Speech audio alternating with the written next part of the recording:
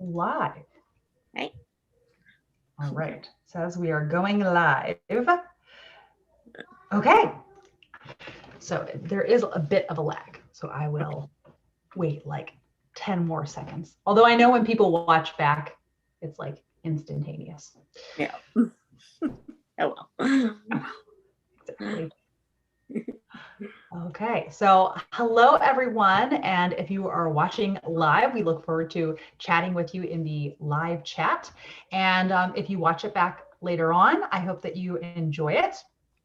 And we are going to be talking about, where did my copy go? Out to Canaan. So I am really looking forward to discussing this with the other ladies and seeing what they thought on this fourth book now. We're getting like solidly into the year of Mitford. So it will be fun to talk about. But firstly, maybe we could talk about what we made. So I will show, I ended up making two things because I was just going to do shortbread. That was one of the recipes. But then when I heard someone mention, oh, yay, Becky says hi. I can only stay a bit. Becky alias Twiggy66 and Elizabeth Brink says hello. And Bookazella says hello. Yay. So I was just going to make the shortbread, but then, you know, cheese straws were mentioned, and all I need is just a mention of them, and I'm ready to make them.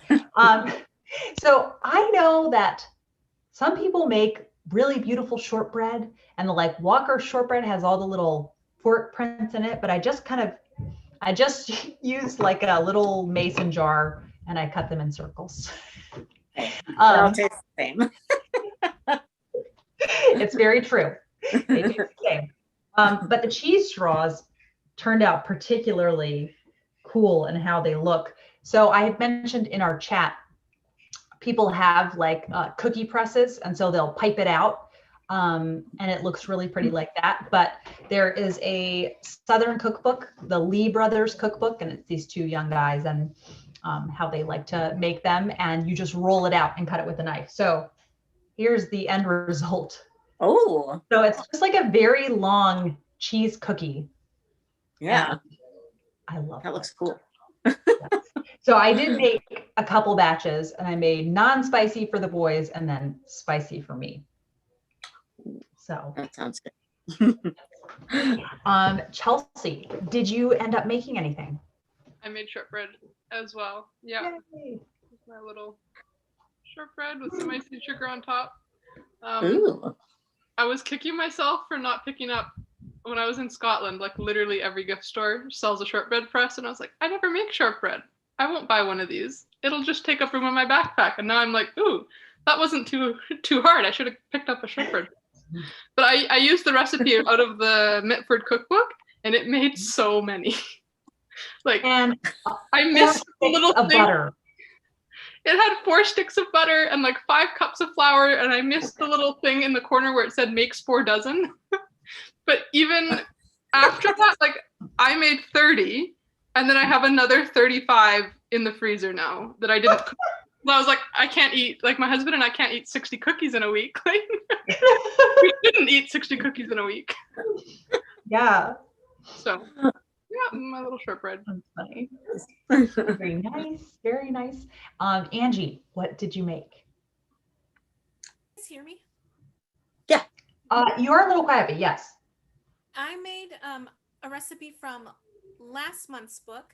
It was Cynthia's salad with mandarins. And I'm sorry, my cat is crying right next to me. So I added some chicken, and I added, you were supposed to toast slivered almonds. I didn't have time to do that. So I just bought an almond and sunflower seed mix that also had raisins. And you were supposed to make the dressing, which was a little too tart for me. So I added some maple syrup. Ooh, nice. Looks good. So it's a green salad? Yes. It's just romaine. Okay. Okay. And then that leaves Rainey. Rainey, what did you make? I made a very Rainey-esque dessert. Avis's strawberries with brandy. Oh. And I probably put too much shortbread. I phoned it in and just bought Pepperidge Farm. But I feel like this looks delightful. So it has orange zest, brandy, orange juice, and sugar. And that's all. And it seems fantastic. That's Smells good. excellent. So it's Rainey, the did you make cookies the get shortbread? like, Oh, what's that? Oh, I asked, did you make the shortbread? Oh no, I bought the Pepperidge Farm shortbread. I was a little too lazy for that this week. What were you saying, Kate? so you like pour that all over the shortbread? Yeah, I did. It didn't really say to. Mhm. It said Sorry. it just said to serve with shortbread.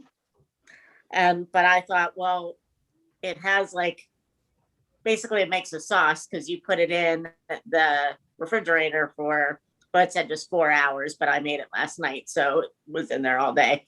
And the strawberries just make their own juice when it's like that. So by the time I got it out, it was like very soupy. So I don't know if that was supposed to happen, but I feel like that seems a little bit like banana pudding, how you put in like vanilla wafers and they like soak in all the goodness. Mm-hmm. Yeah, that is what that kind of tastes like. But it's good because this is a good substitute because I'm allergic to bananas. So now I can make this. There you go. Yeah. I didn't even think of that. It's like adult banana pudding. Yeah. Well, yeah, that's true. Maybe don't serve this to kids. Although you like heat it on the stove and make a syrup out of it. So I don't know. That's true. It could be Yeah. like all the alcohol could be just cooked out of it. Yeah. Let's hope, because I poured a lot on here. So if I seem very odd by the end of this broadcast. Ooh, Becky says we're making her crave shortbread now. You know what though? I'm gonna be honest. Like I had one of these earlier. I don't love it.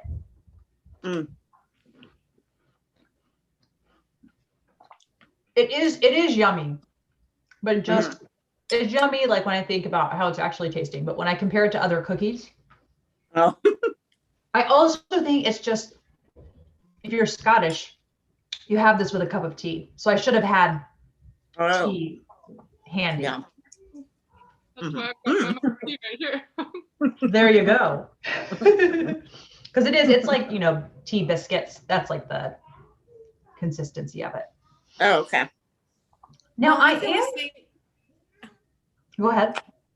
I was going to say, I feel the same about the salad. It's okay. It's not, it's a very bland salad. It's not, it definitely could be improved on.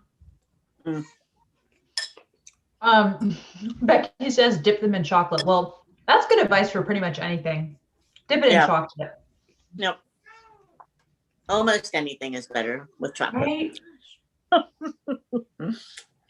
Maybe not Angie's salad. No. Chelsea, I'm curious, as a Canadian, do you eat any peanut butter chocolate things, or does that not appeal to you? Yeah, I do. Like Reese's cups or yeah. I've actually, like, in the past couple of years, I've gotten way more into them. I didn't really like peanut butter. I still, like, I'm not a big peanut butter person. Just sweet peanut butter. Like, I really like Thai peanut sauces and stuff, but like, I'm not like a peanut butter on toast sort of fan. But I've gotten really into like chocolate and peanut butter. Is that not a thing that most Canadians like? No, I think it is. It's just it's a me quirk, not a Canadian quirk. Well, so maybe it's more North America. I just know in the UK it's like not really as much of a thing. And I know peanut butter and jelly, like people think is like disgusting. Yeah, that's like the only way I like peanut butter on bread, actually, is if you put a lot of like a good berry jam. Yeah. Oh, so yummy. Vintage Christelle says, hello all. Hello. Welcome to the live show. Okay, so I guess I will kick us off. I really liked this one. I think it's probably tied with me with the tied for me with the last one. And I have a feeling I'm going to kind of be this way for a while, maybe until we are in the books where they hop into Father Tim's past. But a thing that I love about book series is this longevity that you have getting to know the characters. And I love how she's giving these very slow arcs to characters. And so in this one, I thought it was really, really beautiful to see Dooley's growing and changing in this. And he is just like, I love that Miss Sadie was like, he has potential, you know, you need to invest in him. And she just had an inkling, and I think she was right. And I was just really, really impressed by him. And okay, I'm calling it now that he and Lace are going to get married. Okay, yeah. That's, yeah. It was like, as soon as he had such an adverse reaction to her when they first met, I was like, they're getting married. There. Because it would be like, as opposed to like, wait, who are you talking about? You know, if like Father Tim was mentioning her, I would be like, oh, you know, he hasn't really noticed her. And I think we're going to hear later on the reason that he took her hat is because he thinks she looks prettier without it on. Like he thinks it was like she was hiding under the hat. I think we won't find that out for like several books, but that's my prediction. So yeah, I just really like him. He's it's just really cool to see him come along. And also, especially right towards the end of the book when Barnabas was hit by the car and he was so calm, cool, and collected. I was like, we need to do this, this, and this. And you have to be that way if you're a vet and you're going to be like helping with animal emergencies. When like I would be like, oh, they're dying, you know, and like panicking. Cat butt. Sorry. No, it's fine. He's just gonna cry all the entire time if I don't put him over here. It's in honor of Violet, right? Yeah. Yeah. Yes, so that was a really fun aspect to me. Kieran is watching. Hello, Kieran. Hello. And then I am very excited. We only got a taste of this, but that there's going to be an authentic Italian restaurant opening up in Mitford is really fun. And I love that Father Tim, he just didn't feel easy about, you know, what was happening with selling the house. He never felt good about it. And then as soon as Andrew Gregory called and asked for it, he said his line, you know, consider it done. And when he found out what it was going to be, he just said, Miss Sadie would love this. So I really enjoyed that aspect. Yes. So I am looking forward to hearing what you ladies thought. I guess, Chelsea, what did you think of Out to Canaan? I really enjoyed it as well. I would say it's definitely up there in the series so far. I know we've only read 4, but yeah, it just is nice to see, like you were saying, the continued growth in these characters after following them now through 4 books. I absolutely love like watching Father Tim and Cynthia's married life is so sweet. Oh, so many of the scenes I was just like, that's so sweet. I'm very interested to keep following on with Dooley's family's storyline. I think that is, for how sad the subject matter is, it's amazing how well it fits into like such a cozy and feel-good book. Like I never feel like depressed when I finish one of the books, but then I think back and I think about they're talking about, you know, addiction, child abuse, a dog got run over. Like, how are we dealing with so many heavy topics? And I end the book and I'm feeling good about what I've read. But yeah, seeing Dooley's mom like really trying hard to get her life on track and then having that setback and then bouncing back from that and really committing to taking all the steps she needs to take to make sure she's able to provide for Pooh and Jessie. And I'm just like so hoping they can find the other kids. I will say, and I don't know if this is because I was listening to an audiobook and maybe if I'd seen the page breaks and stuff, it would make more sense. But there's a couple places where I kind of felt like, wait a minute, we've jumped on from there already. Like the night when they were counting the mayoral election, was it just me or did they flip the coin and then it was like we didn't hear what happened and it like jumped something else? I was like, wait a minute. I like literally like rewound my audiobook being like, did it skip? Like what happened? Well, I actually read the last like 10 pages like 5 minutes before our live show. So I thought, oh, I must have hurried through it, and not been able to see. Yeah, no, like what I rewound my audiobook and I was like, did I like skip forward? And then a couple chapters, then like a little bit later, then like, jump back to like him phoning the mayor's office or something, and it was like, oh, I guess she won. But yeah, I'm also curious to see if it's further developed. I feel like we didn't really understand, at least I didn't, the motivation behind why Edith was trying to buy up all this real estate and back the other man for mayor, whether it was just like a spite thing because Father Tim rearranged that lease. It feels like a lot of effort to go to just to like get back at someone for having a lower rent for a couple months on a restaurant. So I was kind of like hoping we would resolve that, but I don't know if maybe that's going to be in a future book. Like, what's her motivation for trying to take over the town? Is it revenge on Father Tim? Yeah, I'm like, is it literally? It seems excessive.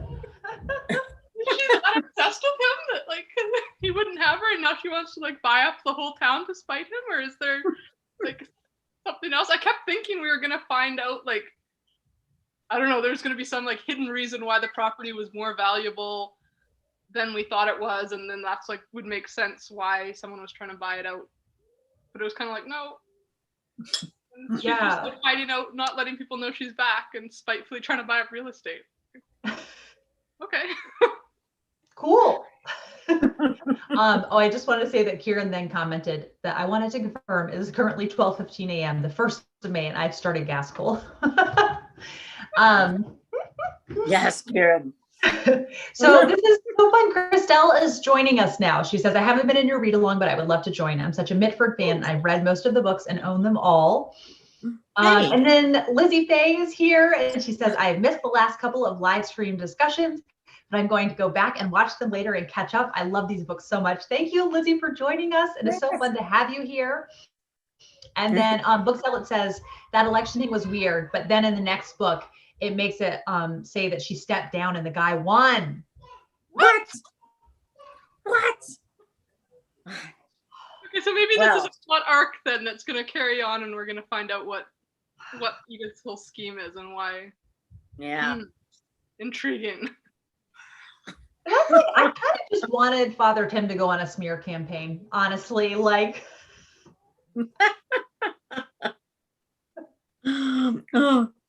well, this will definitely further the plot. Although I just like, I'll be really upset if it at all adds stress to like Tim and Cynthia's relationship.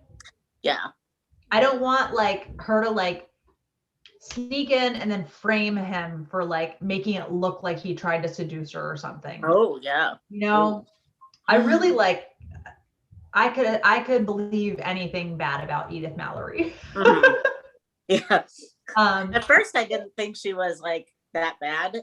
I mean, as far as, well, she obviously was, that she was trying to force Father Tim to kiss her and things, but like I kind of wrote it off as like she's just a sad old lady. Right. Thing. But now I'm like, no, she is a villain. Next level. Cheryl Gilmore says, I'm still reading the first book. Well, do it at your own pace, whatever works for you. I guess, Angie, would you like to tell us what you thought of Out to Canaan?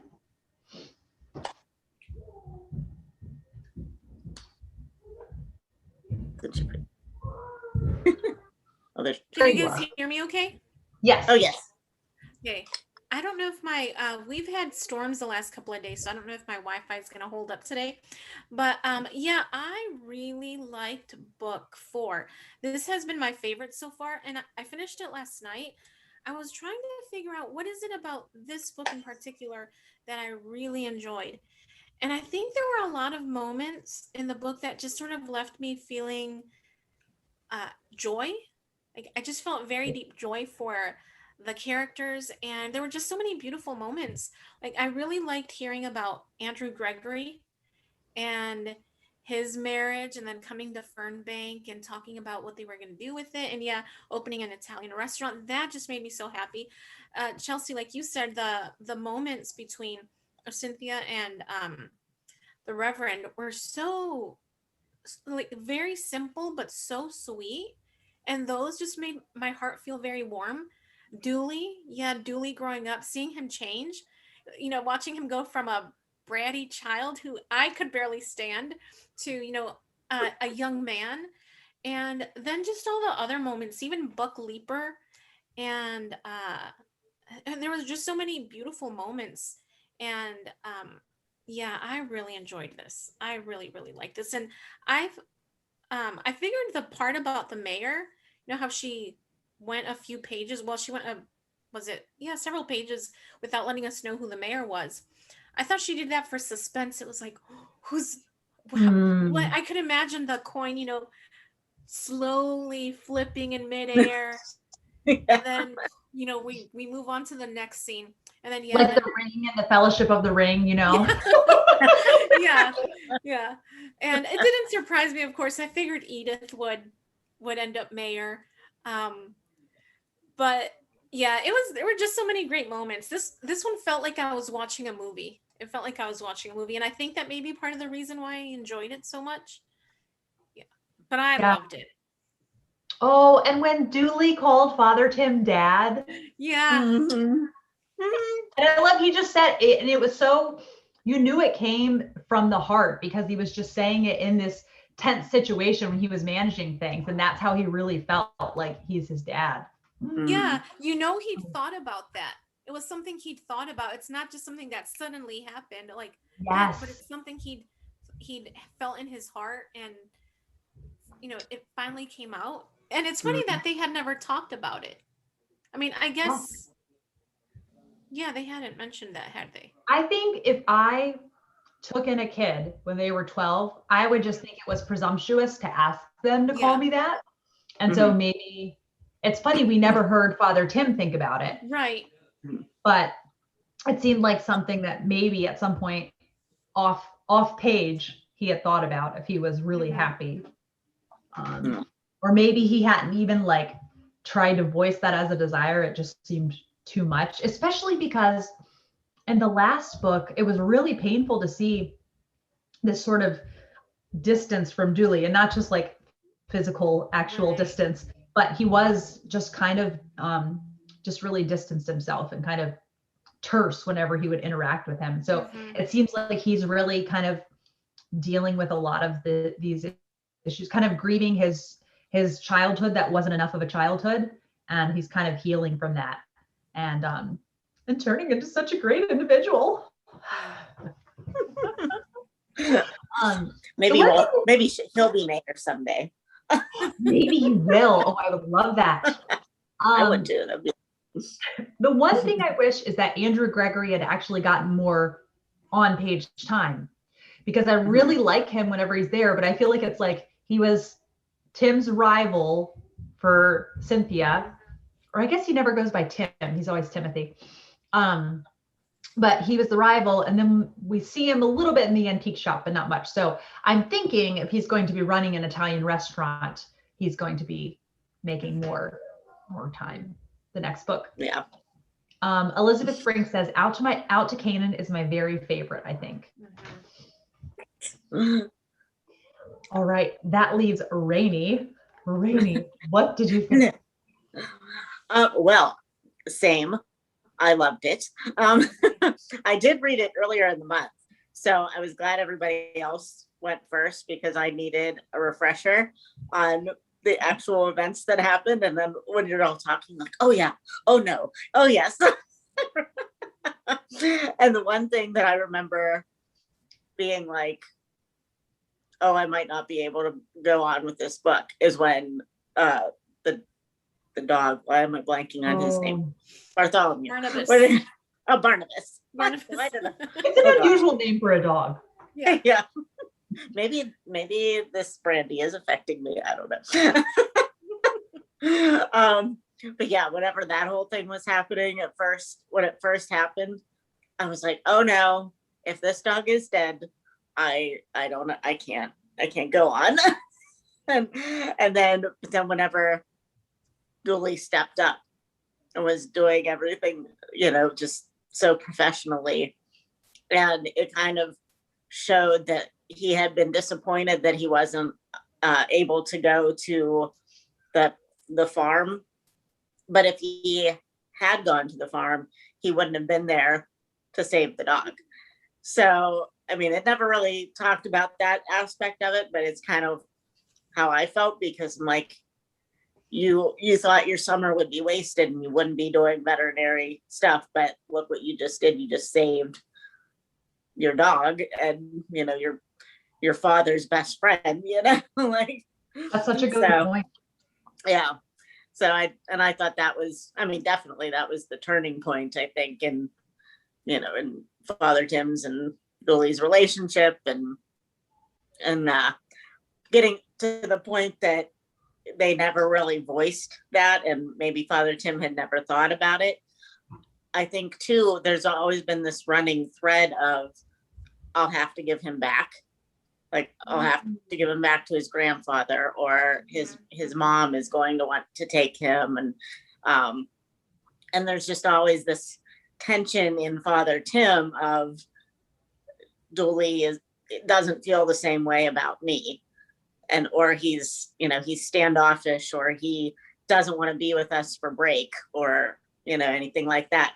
So it probably was nothing that Father Tim would even think about, because he feels that maybe like he's just the guardian. He's just this temporary guy, and for Dooley to come out with that was, just like, oh, okay. He does actually care about me. He might not want to leave me. So, because I think that's always kind of and we'll probably get more on this in his backstory, but I think that's a lot of what Father Tim struggles with, is feeling like he doesn't want to get too close to people because they'll leave him, or he doesn't feel worthy of it. I'm not sure, but he always seems like that's why we had all that frustrating courtship with him and Cynthia, he didn't want to get too involved. Well, and we saw kind of the extent of his grief that you're still seeing in this when Miss Sadie died. That really just hit him so hard. And I think part of it is like when he cares so very deeply. Mm-hmm. So yeah, it was, I hadn't thought about that with Julie, but I think that also it was really good for his relationship with Timothy and Cynthia to spend the summer there, like at their house. Yeah. I thought it was weird, their decision to buy the rectory. Like, that's just a lot of work to take on when he's going to be like pushing 70 by the time they actually move out of it and like renovate it. I thought it was weird. Like, can't they just give it to the next person who's the priest at the church? Like, I did not understand the motivations of that. Yeah. I didn't really either, because they have that other house. They have Cynthia's house. They could have just moved in there. Right. If I had one gripe about the book, it would be the way the money was just there for them to buy those buildings from under Edith. Like Andrew Gregory, which I imagine he owns an antique shop. He's got to have some money. And so, or, and not just an antique shop, but antique furniture. So, but, he suddenly, just at the right moment, hey, I'm going to buy the house. I'm going to buy it. So Edith doesn't get a chance to buy it. The same thing with the rectory. She's going to buy the rectory out of spite or revenge. And then suddenly it's like, no, let's go ahead and buy it. So I thought that was a little I don't know, like, what do you call that? Like got out of the machine. Like suddenly it just happened at the right moment. There was this thing that came to save those residents from Edith's clutches. So, but yeah, so I didn't really get the whole rectory thing. I mean, I understand Harley's living there right now, and they're not empty nesters at this point. They're, they've got a whole household full of people. But yeah, it was a little odd. Mm-hmm. Maybe contrived is the word you were thinking of. Yeah. Yeah. When they said there was like a couple pages before they announced that they'd bought it, they said something like, "Oh, it was like him and Cynthia talking, and they said, oh, we've figured out a way to resolve this situation or something." And I thought maybe he was going to say he didn't want to retire. That's what I thought. And I was like, okay, that makes sense. Like, he's still really involved in the community. They're going to say, no, I'm not going to retire next year. I'm going to stay another 5 years or whatever. And then they couldn't sell the rectory because it wouldn't be like, oh, we're just moving him out for, 2 months early or whatever it would be. Mm-hmm. Yeah, that was, so I was like, oh yeah, that makes sense. And then they're like, we bought it. I'm like, what are you going to do with 2 houses? Like, okay. Like, pastors don't make a lot of money. How are you doing that? Cash too. It's just like, yeah. Just have cash. Ooh, although it looks like things will be revealed because Debbie H says, I think it makes sense that they bought it. You will see more later. So maybe I think we're thinking of them being like bougie with it. Like, just like, here's another house for us. But I think it's going to be like put to good use. Like maybe, maybe like an addiction recovery home or something. Yeah. Yeah. Oh, you know what? I did see it because I got a new song out from my library, and I just was flipping through it to see how many chapters and everything. And right in the front there is a map of Mitford, and has all the different places on there. And there's a couple places that I don't recognize. So I mean, so exciting. Yeah. So maybe we will hear more about that. Can we just take a moment? Well, now that I've said it, I have to actually find one. These illustrations for this book were horrible. Oh no. Like, look at that. Oh goodness. Really bad. It's really bad. I have the same edition, Kate. They were terrible. I feel bad for the artist, but these are ugly. And I'm worried Karen drew them. Like, because I was trying to find like who the artist was. Yeah. It like, says illustrate. Well, that doesn't explicitly say it. It says illustrations copyright of Penguin Books. Yeah, like who approved the first these? book, it said it was her, but I remember the first book, I really enjoyed them, and then I've listened to audiobooks since, so I haven't seen like the illustrations. Yeah, this is a different artist for sure. Yeah, because then also I was like, well, maybe did she like lose her skills? But then I looked in a new song, and the illustrations, I really liked them. Okay. So, that's so funny. Elizabeth Frank said she remembers that exact illustration. When you held that up, that was actually one of my favorite scenes. I thought that was absolutely hysterical. Like trying to that's true. Out of someone who can't speak or move their hands. What's funny? I'm dying listening to that. Oh my goodness. Like they're just randomly shouting different ingredients, hoping she'll blink. And I love because then he's like, basically he needs a break after a few minutes of that. Mm-hmm. I was singing the Pick a Little theme song from Music Man while I was reading that song or that scene, because I was like, yep, these are the Pick a Little ladies from Iowa.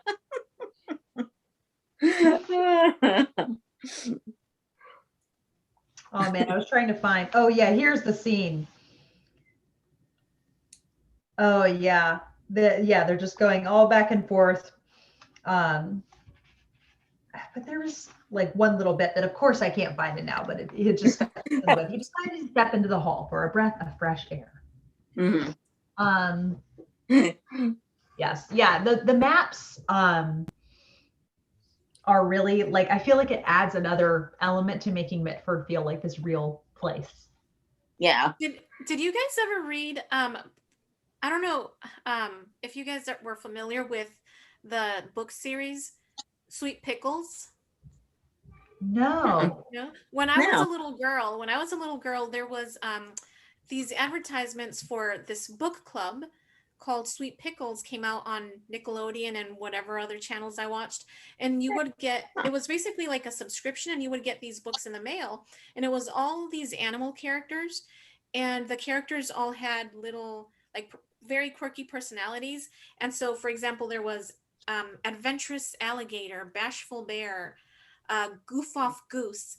And so it had all of the characters at the front on the on one bookend, on no, not the bookend, the flap. The front flap had all of the characters, and then the back flap had a map of Sweet Pickles, the town. And I could spend hours just sitting there looking at the map, and it reminded me a lot of the map in Mitford, because it had the street names, the characters' houses, and you could see their personalities too on the illustrations. Goof Off Goose's house was always a mess, and there was Unique Unicorn, I think, had a very unique looking. I think it was very pretty. She had a house up on a hill, which reminds me a lot of Fernbank. So, did anybody watching ever? Are you guys? Is anybody at all familiar with the Sweet Pickles book series? Oh, I wish I was. That sounds like something I should have known about, because I was a Nickelodeon junkie when I was a kid. Definitely an 80s thing. Yeah. Okay. Yeah. Maybe it was slightly too old for me, maybe. But I don't know. Seems like something I should have known about. Although when I was a kid, like a younger kid, I was not a reader because I couldn't read quickly, and I got embarrassed at school for not being able to read fast. So I just never really did. Like, I'd let my mom read to me, but I didn't want to do it myself. My mom remembers me saying, because she told me I was going to learn how to read, and I said, "Oh, yay!" Or I told her, like, I want to read, and then later on, when I was fussing and she was teaching me how to read, she said, "Kate, I thought you said you wanted to learn how to read." I said, "No, I want to read. I don't want to learn how to read." There's a big difference, Mom.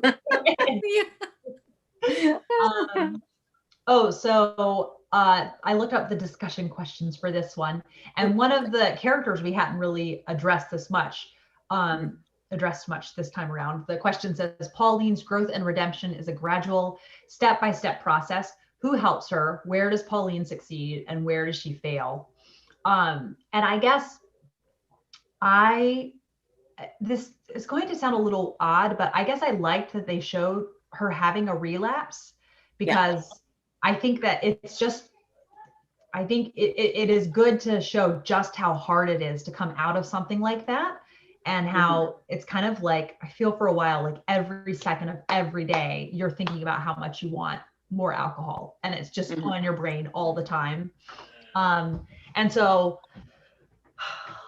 I liked the whole, it was awful how Buck had like prodded her into relapsing, and then he realized the damage that he had caused. But I liked the like redemptive storyline with him, and Jesse had become so attached to him. So yeah, I thought that was all. It was really hard, like really gritting things. Yeah, and it was interesting to see the parallels between Buck and Timothy. At one point, he talks about how they both had fathers who were not very nice fathers, absent fathers. They both came from Mississippi. He mentioned something about their moms. And I thought that was very, it almost made me cry when he said, but we did have a father who, he says something like, we have a father who we can, I think something like we can hope in. It was very sweet, really sweet. I just realized something, maybe also part of Timothy, like we hadn't heard him express wanting Dooley to call him dad is because he has such a complex relationship Oh, with his dad. So that's, I Yeah. don't know. well, that could be. I'm sure we will find out more on that front. Yeah. I actually am looking forward to the flashback things. I know that's where, you know, a lot of people get hung up and don't like them as much, but like I'm really intrigued now by Father Tim's past. After the first or the last 2 books, you know, when they're stuck in the cave and he's kind of alluding to this weird relationship with his father, and then this time when with Buck, I just thought, man, he's got to have some wild past, you know, because didn't they also say something that alluded to like Father Tim had been in trouble or had gotten into trouble because of his relation? What, I can't remember, but I kind of remember there being something. It was like a passing comment, and then it wasn't attacked. So I bet it will be later on. I remember being like, what? And then it just moved on. Yeah. Like not necessarily that he had been in prison or anything like that much, but it just sounded like he had a past that what you wouldn't think of seeing him now, you know, which is a lot of times the case with people, you know, they have their come to Jesus moment kind of after a hard time, you know. This was just literal. Rainey, you brought up a good point earlier when you said that he probably had like an aversion to commitment because of the things he'd gone through earlier. And I remember, you know, when we read, was it book 1, I guess it was, when he wouldn't commit to Cynthia, and we were all so upset about him being so wishy-washy.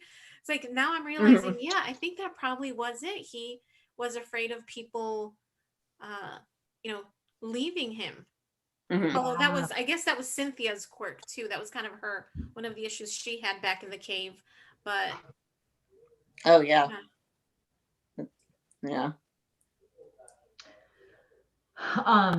The next discussion question says, Father's home is transformed from staid bachelor quarters into a topsy-turvy household. I feel like he didn't have much happy medium. It was like there was no one there. And then all of a sudden this rowdy boy and Barnabas, and now someone who's recovering, and Lace is there a lot, and Sissy and Sassy are there a lot. Which I did not imagine, like, aren't they like pushing 2 at this point? Like, can you imagine cleaning a house with like twin toddlers? No. Yeah. Oh my gosh. But I love, like, he treasures Puny. He's like, she could get more done than anyone, even with the twins. Yeah. Yeah, well, I like how now he has a son, he has a daughter, and he's got grandkids and a wife. He does. This is kind of like a found family that he has, you know? Oh yeah, definitely. That's very cool. They're so cute. Yes. I like Sissy and his relationship with the twins, and how doesn't she have to put them in daycare at some point? And he's they talked really about that in this one. They're going to put them in the daycare that they're going to have in the church. Is that what they're doing in the attic? Yeah, that's why they're remodeling the attic, right? Yeah. Yes. Which that's cool too, to see the attic being repurposed like that, because it was in the first book that man had been hiding out in the attic. Yeah. So it's cool to see it. Like, he was really like blessed by some eavesdropping on all the sermons at Lord's Chapel.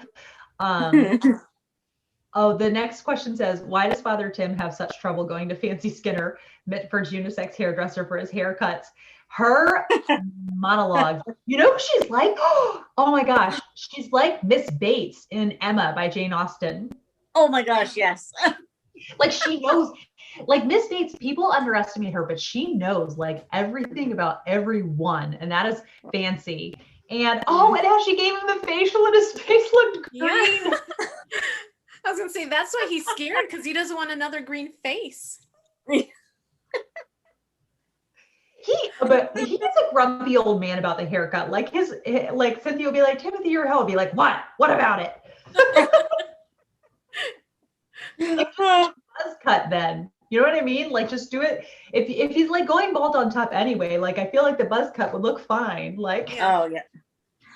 Okay, so apparently this is a very touchy subject for men though, because my ex was only 35 or something when we dated, but like bald, but he had the ring of hair like an old guy. And right. and it was like, and he used to complain because he was an actor, and he used to complain that he wouldn't get like young man parts, and these guys that were older than him would get the young man parts. And I was like, honey, I love you and I love all parts of you, but just shave your head. Seriously. He's like, no, he has never shaved his head. And I'm like, there's so little there already, just cut it off. So apparently this is a thing for men. And my grandpa's the same way. He has a comb forward. Oh, so yeah. He's 91. And what's funny is my husband has been like, he's had a receding hairline since he was in high school. Mm-hmm. And he had this one guy who was like his best friend, and they would hang out a lot. And this one time they were hanging out, he like really annoyed the best friend's mom and like was kind of rude to her, like gave her attitude, and it was this whole thing. So then later on, apparently his friend said that his mom was talking about Dave, and she's like, Dave Howe is super annoying and he has a receding hairline. Oh no. Oh, Lizzie Faye says Father Tim and his haircuts is a theme throughout the whole series. I think it's the thorn in his flesh he has to deal with. Oh, jeez. Oh my gosh. So I don't funny. think any of you have watched Road to Avonlea, the TV miniseries. I haven't seen not yet. And there's this one character, Aunt Hetty, and when she's describing one of her like teenage beaux, she says, Romney Penhallow, balding at 11. That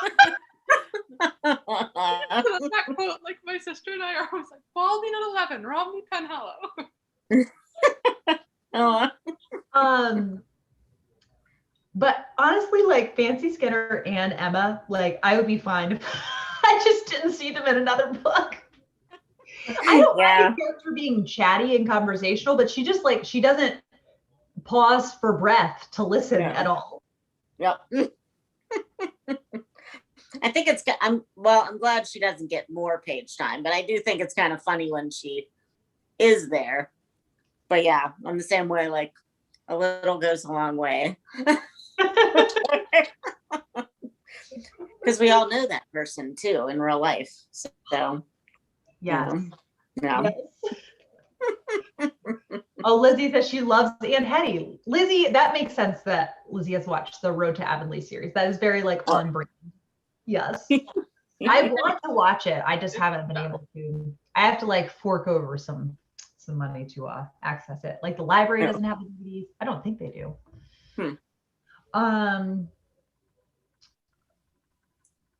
Let's see. Speaking of Emma, that's his secretary, right? Emma? Yes. Emma Newland. Yeah. Oh, it's. I wish like I'm so curious what the reaction would have been reading these books when they came out in like the late 90s, early 2000s. Of the way they talk about like her finding people on the computer as if it's like a huge skill. It's like she's tracked them down in Florida by searching their name. Well, Chelsea, I lived that era. I experienced all of that brand new. Like I was on Talk City and it was amazing. I remember we announced my niece's birth through email and it was amazing because it was the first time that anything had been announced like that. So yeah, it would have been really a big deal. Especially because like it is, there aren't a lot of people that he knows that are computer savvy. So it was a skill to have, I guess, just to know how to search for something on the computer. Yeah. Yeah. Oh, Lizzie, no, you are not annoying like Emma. Lizzie Faye says, if I were a character in these books, I would be Emma. No, you would not. Right? The positive qualities about Emma you would be, but I don't know. Emma's just so negative, I think. Like, I feel like she drains the life force out of Tim. Yeah. And she, at first I thought she was kind of funny in the first books, but now it's almost getting like mean spirited. Yeah, it would be like if she was going through a season, like she was stressed out because of this new relationship, and now she's like married and it seems to be going well. Yeah, and she's still like that. Yeah. Bookseller says, I remember AOL chats. And like, it's not a thing anymore. The dial up, all the like noises, that happened when you would get the internet starting. I was in college when we had instant messenger, and that was how we would all meet up for dinner. Somebody would put out a meet in this cafeteria at for 4:30 or 4:15 for this person, so that she actually shows up on time. And and it was just so cool.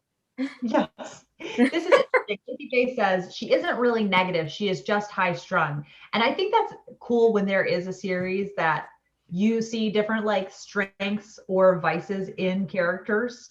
And I do think people are not just one dimensional. And so where she strikes me as like just like all negative, I do think it is valid to say I think she's actually just high strung. So that's why these I was gonna say I don't dislike her. I mean, I know she and Timothy have their back and forth, but I don't completely dislike her. I don't mind when she shows up. I'm glad that her camera time does not put off everyone. She actually, come to think of it, she might be a little like me at my office, because I'm the secretary at my office, and depending on who's there, I can be pretty snarky. You see, well, no, but it's like you like mind your own business though. It's like you have to like separate spats that like your coworkers are having. Like Timothy will be there like minding his own business, and she's just like talk. Right. Yeah. Oh, okay. Lizzie Day says she grows. So I am excited for her to still be in the series if we see character growth. And I actually really like having like characters that seem pretty flawed to me than having this journey to go on. So I think we can, from what Lizzie said, it sounds like we can trust Jan Karen, like she's doing something with this character. Yeah. And I think that's a good point too about these books as a whole, and that we are seeing like tons of character growth with all of the characters. Like nobody ever just stays the villain or the or the dumb one and the annoying one, the negative one. Like everybody has back and forth with their characters. Well, TBD with Edith Mallory. Well, true, yeah. She might always be the villain. Maybe when she gets a man, she'll calm down. Yeah. There you go. Maybe she and that new mayor guy will hit it off. He's mayor. I kind of knew like a toned down version of an Edith Mallory, like in my little Mississippi town. And she really wanted to be friends with my grandparents, and they lived in a house across the street from us half the year. It was really fun. So they would come there. And one day she called, it was around the time when they were usually going to come. And she said, "Oh, have your grandparents come yet?" And I said, "No, they haven't gotten here yet." And she said, "Are you sure?" Like I was like lying to her. No. Oh man. Yeah, I know people like that too. Elizabeth says, "I think I have some Emmas in my life. Frustrating and annoying, but also I wouldn't want to be without them." I think, okay, you know who my like version of Emma is in a book is Rachel Lynde. Oh yeah. Like Mhm. Like Rachel Lind, I have a lot of sympathy for, and now she's just kind of water off my back when I read the book series. So I'll be curious because I know in like 10 years or something, I'm definitely going to be rereading the Mitford books. Like Mhm. maybe Emma won't bother me as much. I think I just wasn't prepared for like this setup of how much I liked Timothy contrasted with her being like such a different personality type. Yeah. I Mhm. do feel like it is primarily personality type clash as well. Like, Mhm.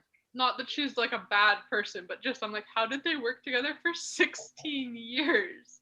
Like, they Yes. just don't seem like, and it's not even like it's a big office where it's like, oh, I just don't really get along with so and so, but I only see them once a week in a meeting for an hour, so it doesn't really matter. It's like these are like the only two people working together for 16 years.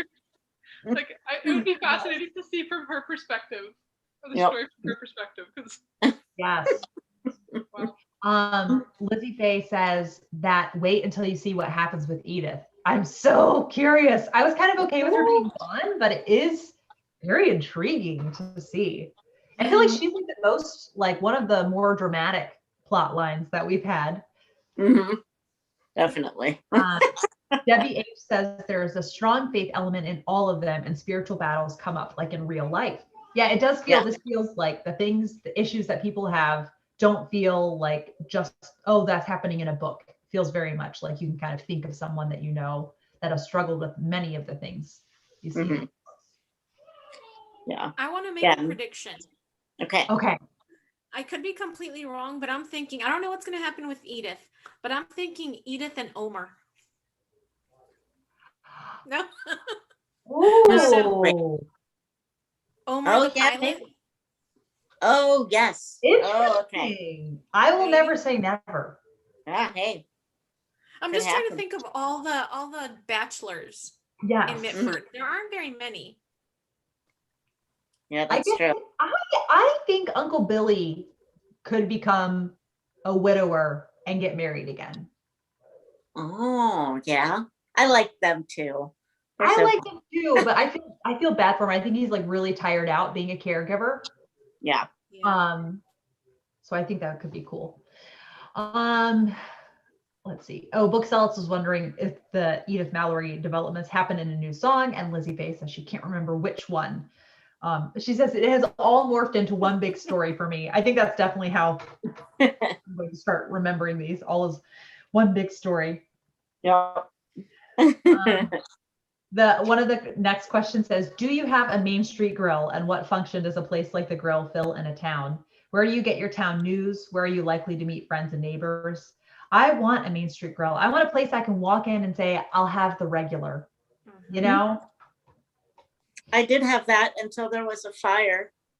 And now that I don't have that anymore. Sad. The brewery that I always go to, and it's like run by friends, and I called it my Cheers bar. They were on Main Street downtown, so that all the buildings were connected. They didn't have a fire, but the building right beside them did. And they had to like cut a hole in their roof to get the smoke out and everything. So I guess they just had like massive smoke and water damage. And so they're looking for a new place. So hopefully it will still come back. But I've been sad without my Cheers bar. I used to kind of have a Main Street grill, except it was a Chinese restaurant, and the owner knew we would always order sesame chicken, and then they went out of business. Aw. There's only a couple restaurants really in my town, so Oh, I feel like it kind of has that vibe. Like there's really only, besides like chain fast food restaurants, kind of maybe like 3 or 4 restaurants that you can actually go sit down at a table. Okay. We're getting a new one. It's very exciting. Our bowling alley was going under, and like one of the other big restaurants has bought it, and they're gonna put in a brewery / bowling alley / like snack restaurant. So it's like it was like a town crisis. It was like our only bowling alley, which is like the only thing to do in town, was gonna get shut down because like they just couldn't. They've been closed for a year now, pretty much, due to like restrictions, and they couldn't afford to keep it open. And then this this company that owns like our other popular restaurant has bought it out, and it's going to be this like bowling alley brewery attraction. Ooh. Can you picture all the tipsy bowling happening? It's fun, let me tell you. I've done it.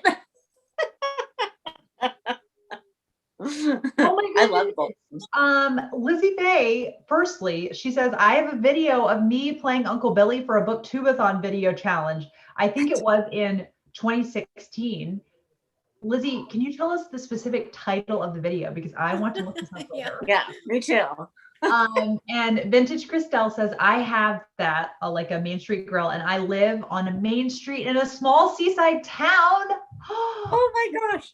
Oh, you're like the heroine in a cozy mystery. Yeah. I think it's very good for mental health to like walk on the beach. And if I lived on a main street in a small seaside town, like that would be, I would love to start out every morning, like walking on the beach. It gives you strong ankles. True. Bookseller says there were places like that when I lived in Orange County, California, and Lexington, Kentucky. But I want to live in a Mitford. I love that the people are more understanding. Yes. Mm-hmm. Have any of you ever been to Jan Karen is from, is it Blowing Rock or Bowling Rock, North Carolina? I think Bowling Rock. Have you guys ever been there? Anybody? Nope. Is it anything like Mitford? I was wondering yesterday if it was anything like Mitford. Oh, it is I'm not Bowling Rock. You're right. I saw somewhere, I don't know if it's that town, like she moved to some town that she thinks is very similar to Mitford. So maybe that's the town. Maybe it is that. that you're Okay. referencing And I of can course, see that I would too. be like over analyzing things and being like, which character am I? I was thinking that too whenever Elizabeth said she would be Emma. I was like, who would I be? I mean, I guess I would be Emma just by virtue of being a secretary in a mostly male office. But I think if my boss was a pastor, well, I know I wouldn't say and do half the things I do.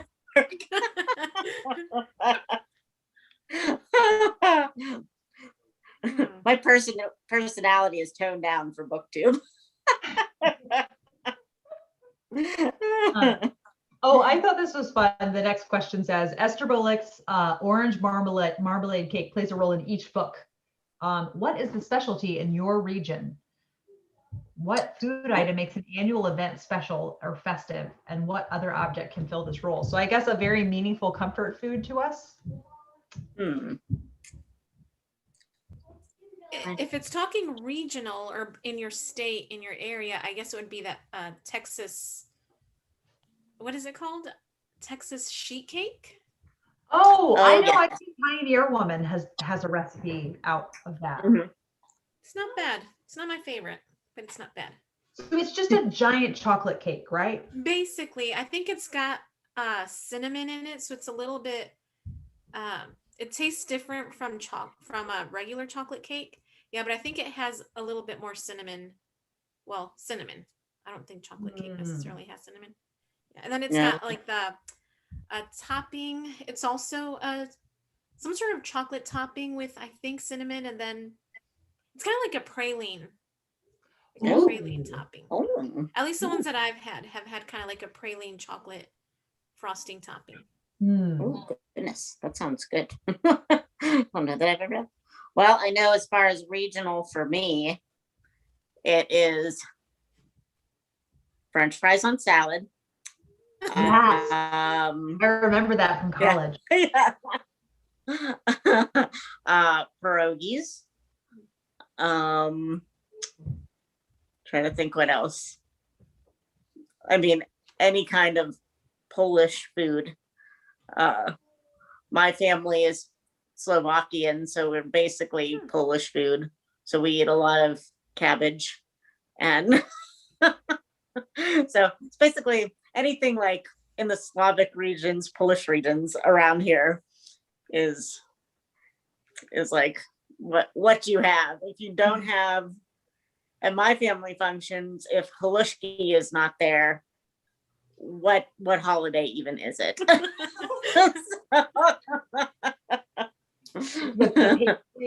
Are they pastry? No, halushki is noodles and cabbage, basically. Oh, I thought you said kolaches for some reason. Oh, kolaches is also, that's a cookie though, I think. Okay, Yeah. Yeah. But we Um, all, and we have, oh, speaking of that, we have the cookie table at weddings.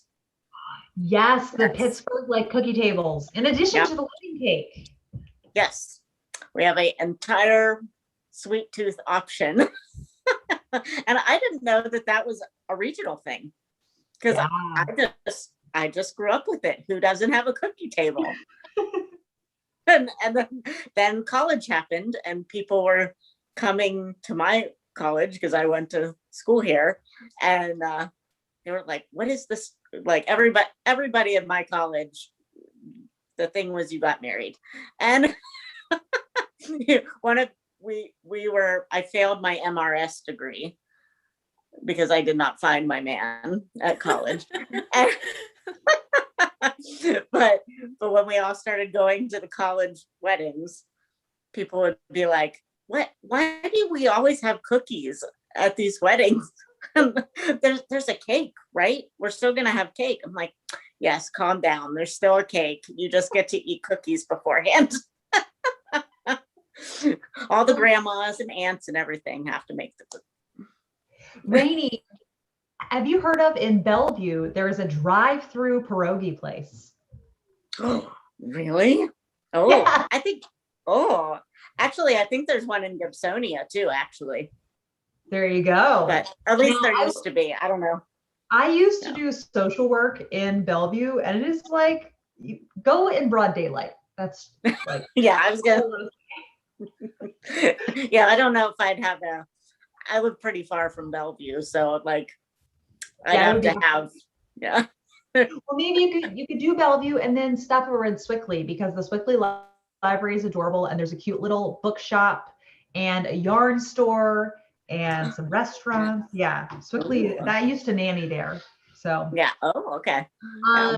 oh, Jessica's here. Hi, Jessica. And she says that tamales are a comfort food for her. I Yes. have only had tamales like I've only had good tamales once.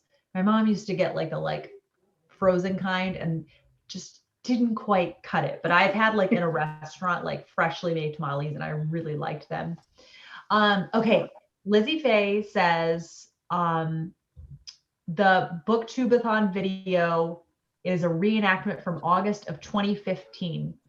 And she Ooh, says okay. it's just called Booktubeathon Day 2 Scene Reenactment. But don't watch it yet. It may be a spoiler since it's from a new song. I'll remind you next month.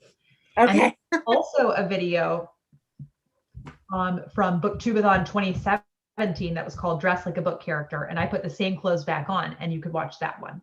So fun, Lizzie. I'm excited. Yeah. I think it always has to have lefse for like Christmas or Thanksgiving. What is Ooh, it? what is that? Lefse, it's a Norwegian, like a potato flatbread. Ooh. Oh, okay. Which, yeah, like some people eat it savory, but we always just do like butter and sugar sprinkled on and then rolled it up into like a little rolled up dessert. Like that's like our Christmas dinner dessert. And that's like the one thing where like even if it's like 9 p.m. Christmas Eve and we have not made lefse, like we're there, like it's a production line. Like everyone in my family, like between like my cousins and I, we all have like our own roles that we're like specialized in. Like my sister's the flipper and I'm the roller, and like someone else does all the keeps them damp with the paper towels. And that's like, yeah, my grandma was Norwegian. Well, she was Canadian, but Norwegian through the line. So that's like the one food item that's got passed down that has like cultural heritage. For my region, being the province of British Columbia, the other one, which we don't have it like at every family dinner, but that I think is kind of unique to this area of Canada, is Nanaimo bars, which I just read about those in a book. Yeah, that takes place in Canada. Yeah, the characters are. I think the characters are Chinese, and one of the characters makes Nanaimo bars, and they explain how to make them, and like, they're they really sound good. like they're very sweet. They are really sweet, but they're really good. They look amazing. It's like I'm the just- bottom is like a coconut chocolate Oh. cracker crumb kind of like base, and then you do like a vanilla custard icing and then a hard chocolate top layer. It's like little squares. Oh. They're really, really good. And that's like something you can buy like at any grocery store. Like you can buy like packaged Nanaimo bar. And do bakeries sell them too, like freshly made? Yeah, yeah. Cool. And some people make them, but they're a lot of work because it's like the layers. It's like not just a cookie. You know what I made one time that are popular in Australia that are so good are called lamingtons, and it's sponge cake, and then you roll it in chocolate icing and then in coconut. Oh, So yummy. that sounds good. Elizabeth Brink says, yes, I have heard of Nanaimo bars. I grew up in Portland, Oregon, so not too far from British Columbia. All right. These are going on my like list of like one day I will bake them. They're really good. Like they are super sweet, but they're nice. They're so sweet because you can like just have like a little square and feel like you've really had a treat. It's like fudge, like that amount of sweetness. Yeah, where you can just kind of have like a a couple inch square. You don't need to have like a whole. You'd never eat like a cake-sized piece of Nanaimo bar. Yeah. Unlike a Rice Krispie treat where I could eat half the pan, right? Yeah. Yes. Same. I think mine a couple that I'm like very nostalgic for is banana pudding. That's like one that was like at every single church dinner, like ever. And one that was at every church dinner and I never learned to like was German chocolate cake.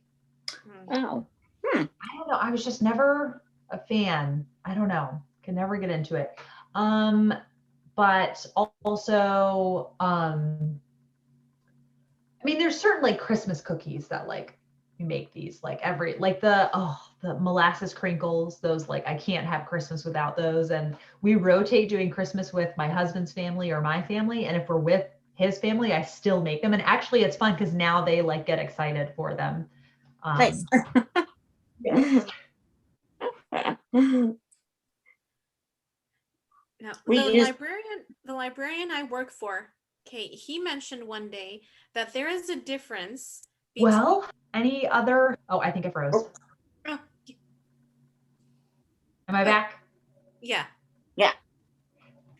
Okay, I sorry. was just, You were saying something, Angie. yeah, I was just saying the librarian that I work for, or not that I work for, the librarian that works at my elementary school, he talked to me one day about how there's a difference between banana fluff and banana pudding. He said most people make banana fluff, which is the wrong way to make banana pudding. Banana pudding should be banana pudding. And I'm like, you know what?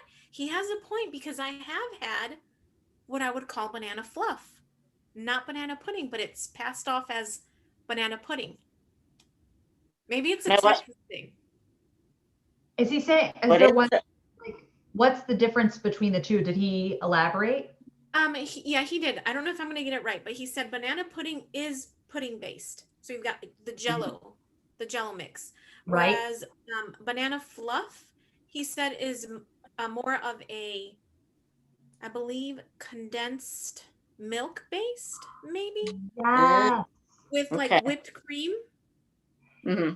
Yes. Yeah. Okay. So then all right. Phew. I make banana pudding. Yeah, because a couple years ago when I made it, because I missed it, I was looking up recipes and I saw all these recipes with condensed milk and I'm like, I don't remember like making with condensed milk. So that's interesting. Apparently it's like I bet there's different like regions of the South that like one will say like do it with condensed milk and yeah. And also Cajun food is like very nostalgic for me because my grandfather grew up in Louisiana and like his parents were both from there. So that's like definitely a cuisine I really, really like. And beignets, which are like these little donuts. Oh, so yummy. When I was in Mississippi, we stopped. Yeah, it was Mississippi. It was in I don't remember if it was Vicksburg or Natchez. We stopped at a restaurant called the Gumbo Pot. the most amazing food I've ever had. It was my sister and me, and we ordered so many things off that menu because we were like, we're only here once. We're going to try everything. Yeah. And there was nothing that was not amazing. Oh, The gumbo pot, either in Vicksburg or Natchez, if you're ever in that area. yeah. Oh, yummy. Well, did you have any other thoughts? Oh, I do have one thing I wanted to say. Oh. What was the Reverend's name? Was it Reverend Roland? He Father Tim mentions him he mentioned him once in the book, and he says something about Father Roland being in the wilds of Canada, being chased by bull moose and something. And I was like, I want to read more about Father Roland. I hope there's a side story about this man, because that sounds really interesting. I hope so too. Glenda Wright says she read these in the 90s when they first came out. And then Elizabeth says her region is known for huckleberries. Spokane, Washington. My pastor's orange marmalade cake is huckleberry pie. Oh, I've longed to have huckleberries. I think you know what, showing my ignorance, I think I thought they were fictional for a little while because I just like heard everyone talk about them like in books and things, but I never had seen them in real life. Where I live now, huckleberries are like a big deal. Like people, because there's like a fair amount of restrictions on how much huckleberries you can pick because they're the like primary food source for grizzly bears. So there was problems with people, they can only grow wild, and there was problems with people like commercially harvesting wild huckleberries, and then the bears were starving and then like encroaching into towns and stuff. So now now you're only allowed like one ice cream pail per season per person amount of huckleberries, and like people are so protective of their huckleberry patches. Like I've only lived in town 4 years. Like no one will tell you where they find their huckleberries. Like it's like a big secret. It was so funny. Our little local like used bookstore just posted on their Facebook this week. They had like a huckleberry cookbook on like different huckleberry recipes. And they were like, we know how protective people are of their huckleberry recipes. So just like you have to hunt to find a huckleberry patch, we've hidden this huckleberry book somewhere in our bookshop. And if you want huckleberry recipes, you're going to have to like search through the store for it. That's so funny. Oh my gosh. Yeah. Oh, Elizabeth says they only grow wild, so they are kind of mystical. That's interesting. You can't grow them in a garden. I don't know the logistics of why they're so like why people aren't able to grow them like blueberries or something like in a commercial setting, but yeah, it's like they're only wild in the bush, and it's like rare. I guess they're harder to find, and people are very protective of their spots and will not pass on those secrets to. We'd know these things if Father Roland had his own book. That's right. What was I going to say? Oh, Christelle says, in the regions of my household, I am known for my apple pie. I like it. All righty. Well, thank you so much, everyone, for joining us. It's so nice to have people chatting in the comment section and giving like more depth to our discussion. So we will be back next month with a discussion of a new song. I'm very glad this was not, this is continuing on. We are plowing through the Mitford series. So we have many to go before we'll be through. So yes, thank you everyone for watching.